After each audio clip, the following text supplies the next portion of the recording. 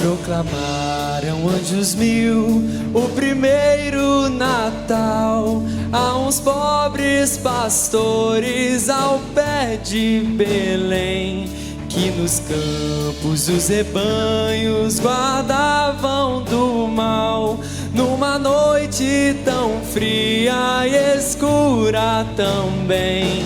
Natal, Natal, Natal, Natal, é-nos nascido o Rei divinal. Natal, Natal, Natal, Natal, é-nos nascido o Rei divinal. E de súbito no céu, linda estrela raiou, o Oriente luziu com estranho fulgor, e a terra recebeu essa luz que brilhou muitas noites ainda com raro esplendor. Natal, Natal, Natal, Natal, é-nos nascido o Rei divinal. Natal, Natal, Natal, Natal, é-nos nascido o Rei divinal. Tendo visto a luz que brilhava dessa estrela sem igual, do Oriente alguns magos a seguiram. Eles estavam à procura de um rei que devia chegar aos judeus, cumprindo assim as antigas promessas que a eles foram dadas. Essa estrela apareceu guiando os magos pela estrada até o pequeno bebê. Afinal, sobre Belém essa estrela parou, e parou acima da casa em que estava Jesus. Reverentes, esses sábios com um santo temor, muito alegres, entraram naquele lugar com ofertas preciosas de muito valor. Ouro, mirra e incenso vieram lhe dar.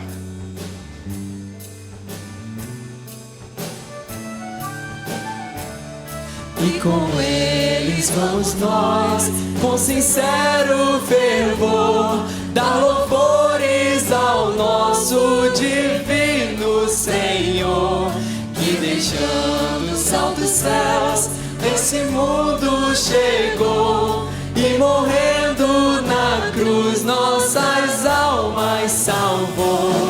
Natal, Natal, Natal, Natal, é-nos nascido o Rei divinal. Natal, Natal, Natal, Natal, é-nos nascido o Rei divinal. Natal, Natal, Natal, Natal, é-nos nascido o Rei divinal. Natal, Natal, Natal, Natal, é-nos nascido o Rei divinal.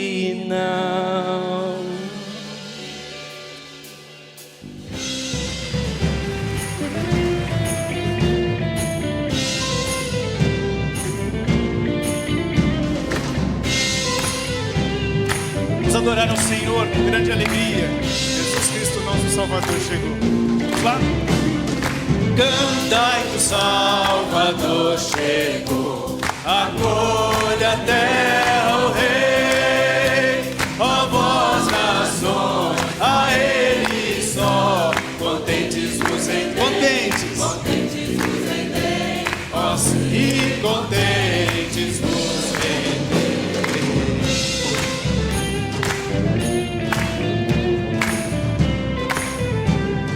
Todos juntos agora, ao mundo.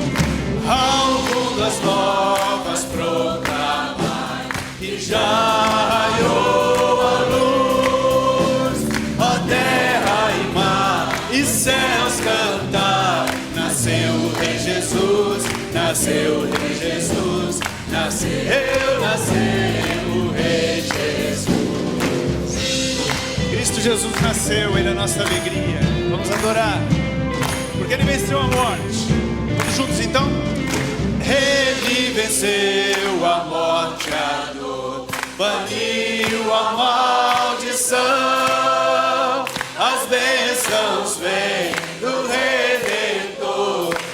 rege a profusão, quem rege a profusão, ó sim, quem rege a profusão.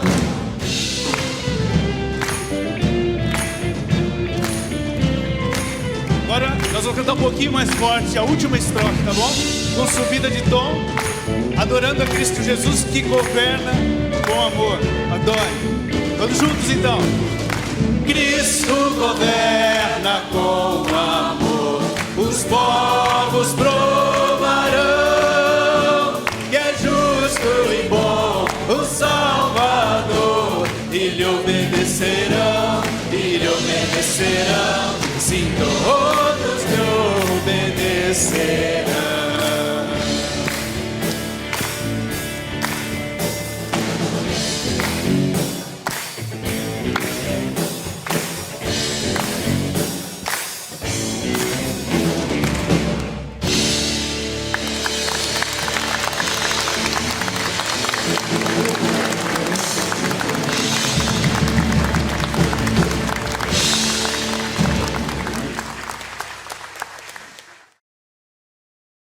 Olá, queridos irmãos, tudo bem com vocês? Boa noite. Nós estamos dando continuidade, na verdade, finalizando o livro Comunidade Verdadeira, do autor Jerry Bridges, que estamos sendo expostos a ele ao longo das últimas semanas. Hoje chegamos à 12ª devocional, que fala sobre a comunidade social. Ele nos tratará como a intimidade, um relacionamento em sociedade, de forma social, pode fazer com que o cristão desenvolva e aplique a relação espiritual que esse precisa ter ao longo de sua vida, assim no relacionamento uns com os outros. E aí ele tenta nos responder algumas coisas sobre como a atividade social cristã pode ser propícia para uma atividade social com cunho espiritual, onde a gente aplica os dons espirituais que temos recebido de nosso Deus e retribuído uns com os outros dentro da comunidade cristã. Ele nos também ensina que nós somos capazes, através do entendimento do crescimento espiritual e da koinonia, que é a vida em comunidade cristã, em comunhão, como podemos desenvolver intimidade uns com os outros e, a partir disso, ter profundidade de relacionamento uns com os outros. E também ele nos responde nessa devocional sobre o ponto principal, que é o elo de ligação entre os irmãos na comunidade, na comunhão, na comunidade cristã. E o autor nos direciona esse capítulo final com a passagem de Apocalipse 3, o verso 20, tão conhecido que nós sabemos, né, que o nosso Senhor Jesus fala às igrejas, e nesse caso a igreja de Laodiceia, quando ele diz: eis que estou à porta e bato, se alguém ouvir a minha voz e abrir a porta, entrarei e cearei com ele e ele comigo. Muitas vezes, né, irmãos, a vida cristã, de tempos em tempos, nós passamos por dificuldade, e ela pode ser um momento pesado, momentos difíceis, momentos de dificuldades, até momentos sombrios, como o autor nos relata. Então é por isso também ele nos relata que é saudável nós termos tempos de descanso, de refrigério, tempos de alegria em comunidade, na comunidade cristã. Nós vimos ao longo desse livro que a comunidade cristã é muito mais do que encontros sociais ou relacionamentos supérfluos, mas são encontros que devem ser desenvolvidos a espiritualidade da comunidade, onde nós crescemos os relacionamentos através do entendimento da espiritualidade que Deus nos dá nessa comunhão. Nós respondemos a Deus e aí respondemos positivamente uns aos outros, né, com proximidade em comunidade. Nós vimos que o termo koinonia no Novo Testamento ganhou uma conotação mais espiritual, o que era antes uma conotação apenas de relacionamento social, a partir do relacionamento da cristandade, do relacionamento dos irmãos em Cristo. Esse termo koinonia criou uma dimensão espiritual.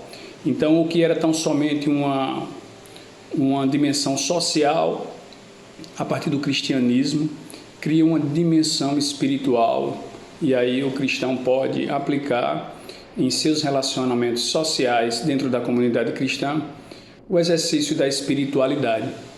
E com isso nós entendemos que Deus nos criou para nos relacionarmos, nós sabemos disso, afinal de contas nós temos um Deus de relacionamento. E aí nós podemos desfrutar esse relacionamento no refrigério, no descanso, em comunidade, no âmbito mais comum, dentro também das nossas famílias, e aprendendo, ensinando, exortando, sendo exortado, descansando, se alegrando, mas sempre embasado pelo crescimento espiritual, pela espiritualidade que o crente aprende do nosso Deus e repete isso na sua comunidade. Jerry Bridges nos traz uma passagem de Atos 2, no verso 42, que diz que eles se dedicavam ao ensino dos apóstolos e à comunhão, e ao partir do pão e às orações. Com a formação das igrejas, com o cunho no primeiro século, o povo se dedicou a aprender dos apóstolos, a entender o que é a oração, a viver em comunhão, mas também se dedicou ao partir do pão, que nós entendemos que o cunho aqui é a ceia do Senhor, mas também a desfrutar de atividades sociais cristãs juntos. Começou a se formar, a se forjar o cunho social cristão, o relacionamento social entre os crentes. E se nós levarmos em consideração o nosso Senhor Jesus é um grande exemplo disso. Ele usava as atividades sociais cristãs para se relacionar com essa comunidade, e aí usava dessas ocasiões para exercer o ministério cristão a partir de encontros sociais cristãos. Um grande exemplo disso é o primeiro milagre do nosso Senhor Jesus em Caná, quando ele transforma água em vinho. Outro grande exemplo citado pelo autor está registrado lá em Lucas 15, 23, quando naquela passagem do filho pródigo, o pai do filho pródigo, o Senhor, ele festeja com alegria e dá uma festa para comemorar a alegria do filho perdido, uma comunidade que comemora a reconciliação de um irmão que estava perdido, e no caso da passagem do filho pródigo, o pai, o Senhor. O próprio Jesus, irmãos, que nós sabemos, nesse relacionamento social cristão, ele foi acusado falsamente de glutão e de beberrão, lá em Lucas 7:34.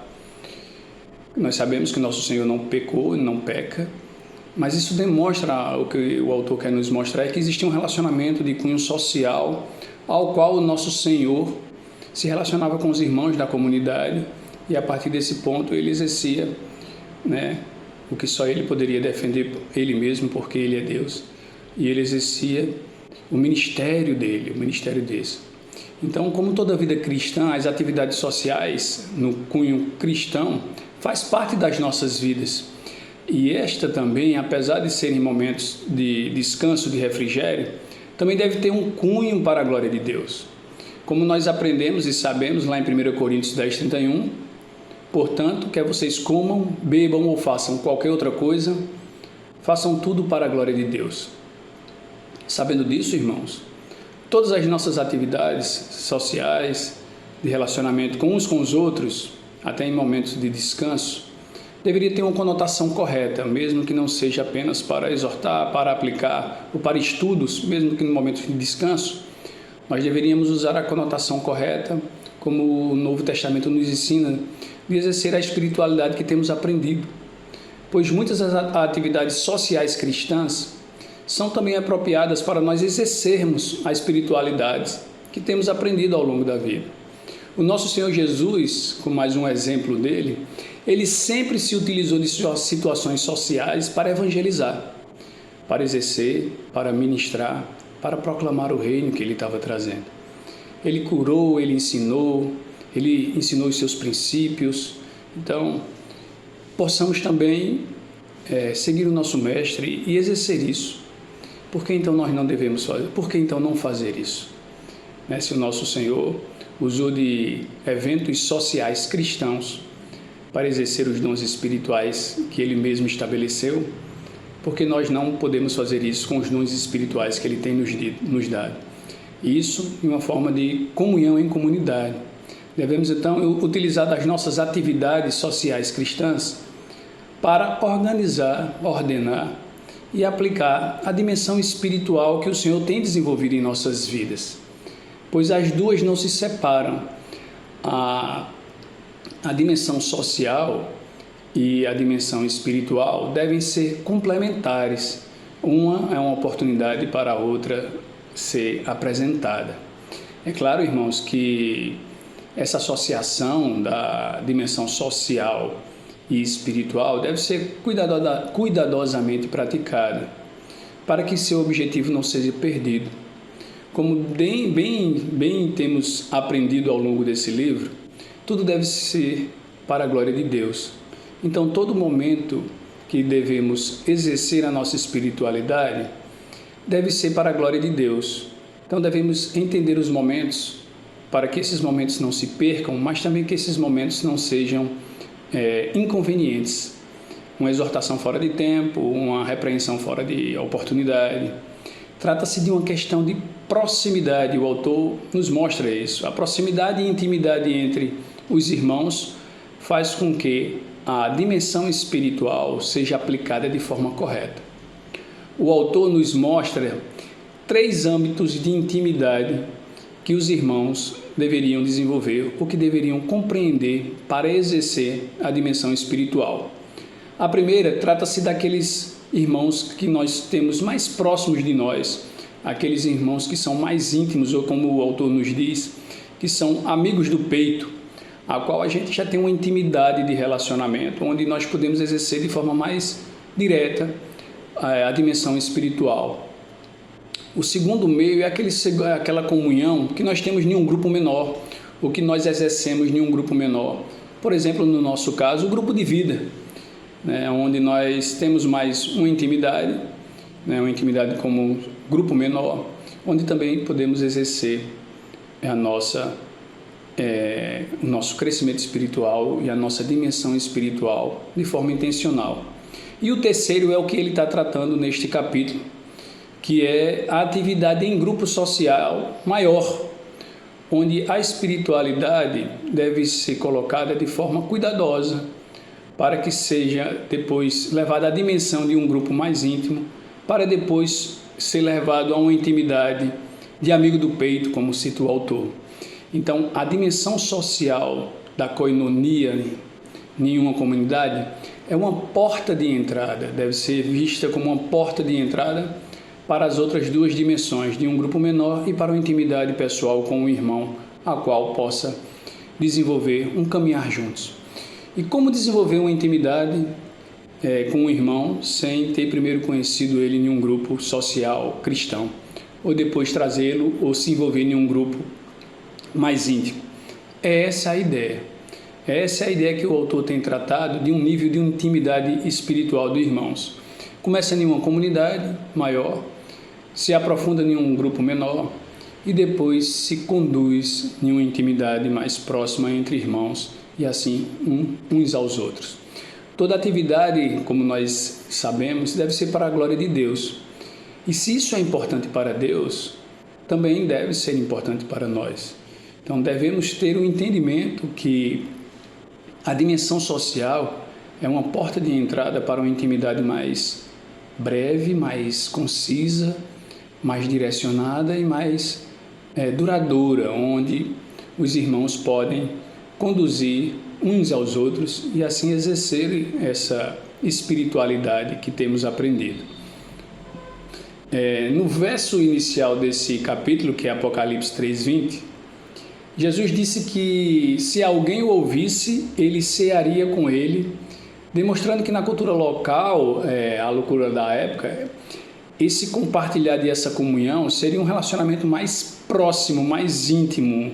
Ou seja, Jesus já teria passado daquela intimidade de um grupo social, de um grupo menor, mas sim de um grupo de intimidade a qual ele poderia se relacionar de forma íntima e profunda com o irmão que o aceitasse, ou a igreja de Laodiceia, no caso, que se arrependesse, fosse restaurada e se recusasse a apostatar, e aí essa poderia ter uma intimidade mais próxima com Jesus. Entendendo, irmãos, nesse livro do Jerry Bridges, que koinonia, ou a comunhão em comunidade, como ele tem desenvolvido aqui a comunidade verdadeira, deve ser uma comunhão solidária, uma comunhão que coopere uns com os outros a partir do Evangelho e compartilhando a espiritualidade de forma prática a partir do que recebemos de Deus. Nós não podemos nos esquecer que o fator principal dessa koinonia, como eu disse antes, é Deus. Deus, a partir de Cristo, né, ele é o elo fundamental que nos conduz a nos relacionar com Ele, né, a partir dele, e a partir disso nos relacionar uns com os outros nessa comunidade cristã. Como o apóstolo Paulo diz para nós em Romanos 12:15, assim também em Cristo, nós, que somos muitos, formamos um corpo e cada membro está ligado a todos os outros. Pertencemos a Cristo e pertencemos uns aos outros por causa de Cristo. Pertencemos mutuamente nesse relacionamento da Igreja de Cristo, da noiva de Cristo, como se assim o autor nos diz, nós estaríamos amarrados uns aos outros por esse amor eterno que o Senhor nos deu. Por isso devemos procurar edificar a noiva de Cristo, né, através de um relacionamento espiritual em comunidade, aproveitando as oportunidades de comunhão em comunidade para exercer os dons espirituais e praticar esses dons uns com os outros. Devemos nos alegrar, devemos chorar uns com os outros, porque vivemos em comunidade, porque somos irmãos, somos filhos de Deus. A prática da comunhão é muito mais do que uma orientação para um convívio em comunidade cristã. Pelo contrário, deve ser um senso de pertencimento ao nosso Deus, um senso de pertencimento a Cristo. Por isso, cada cristão deveria desfrutar alegremente de fazer parte desse reino, o reino eterno que já exercemos a espiritualidade em comunidade uns com os outros. Devemos entender essa comunhão que temos com Deus a partir de Cristo e exercê-la entre nós. É isso que o autor está querendo finalizar aqui. Porque entendendo a verdade da comunhão que veio a partir de Deus, essa reconciliação em Cristo, os irmãos do primeiro século, né, no texto inicial, deveria desfrutar dessa perseverança, né? Perseverança e assim lutar contra a apostasia e resistir, e pelo contrário, desfrutar de ceiar com o Senhor por uma eternidade. Ele nos responde, né, que aprendemos com nossas atividades sociais cristãs que deveríamos exercer esses dons que temos aprendido de forma saudável, de forma conveniente, para que seja uma comunidade cada vez mais saudável, produtiva e que cuide uns dos outros, que encontre amizades profundas a partir de relacionamentos sociais, relacionamentos mais íntimos, para relacionamentos mais íntimos, para que possam desenvolver essa comunhão que alcançamos através de Cristo. E essa é a minha oração, irmãos, que Deus nos abençoe, que Deus nos conduza a uma comunhão através de uma comunidade cristã que cada vez mais se esforce para desfrutar, já agora, já no presente, o que viveremos em plenitude quando Ele voltar ou quando Ele nos chamar.